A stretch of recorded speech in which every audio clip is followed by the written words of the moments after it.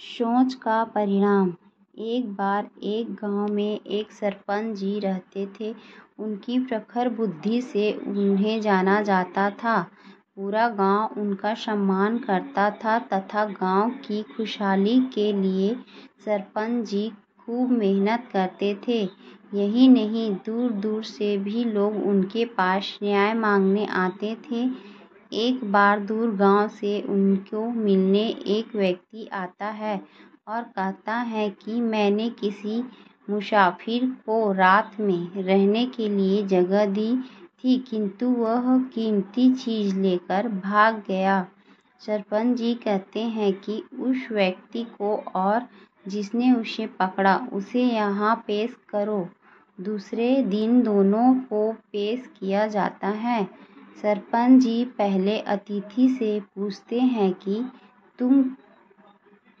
तुमने चोरी की है? वह कहता है, नहीं, मैं तो आराम से कमरे में सो रहा था और मैंने चोरी कीमती आवाज़ सुनी तो उसके पीछे भागा और मुझे ही दोषी बताया गया। फिर दूसरे कैदी से पूछते हैं जो कि गांव का ही चौकीदार था। वह कहता है कि मैंने इसे भागते हुए देखा, तभी मैंने इसको पकड़ा। सरपंच की कुछ समझ में नहीं आ रहा था।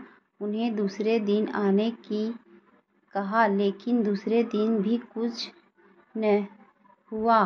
फिर सरपंच जी ने तरकीब सोचा और कहा कि गांव के बाहर एक बक्सा पड़ा है, तुम दोनों उसे मेरे पास ला दो तो तुम दोनों का गुनाह माफ़ हो जाएगा। दोनों दौड़ते हुए जाते हैं और दोनों चले जाते हैं। बक्सा लाते समय दोनों बातें करते हैं कि तुम गांव का चौकीदार है तो फिर चोरी क्यों करता है? तब तक चौकीदार कहता है कि मैं तो चोरी कर रहा था, तो तुमने मुझे पकड़ा क्यों? फिर दोनों पहुंच जाते हैं और कहते हैं इसमें इतना भारी क्या है? सरपंच जी बक्सा खोलते हैं तो उसमें एक आदमी निकलता है। वह आदमी सब कुछ कहता है जो उसने सुना था। आखिर चौकीदार को सजा होती है और अतिथि को सम्मान किया जाता है। आखिर सरपंच जी की सोच ने एक सही फैसला सुनाया जिससे वह अतिथि निर्दोष साबित हुआ।